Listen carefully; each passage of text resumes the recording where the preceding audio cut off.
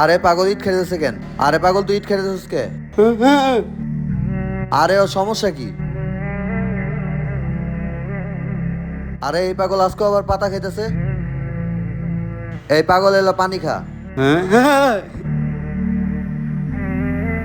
আর এই পাগলের সমস্যা কি? ওর হাবভাব তো বুঝতেছি না। যে এক কাজ করি, ইমাম সাহেবের কাছে যাই। ইমাম সাহেব, আসসালামু আলাইকুম।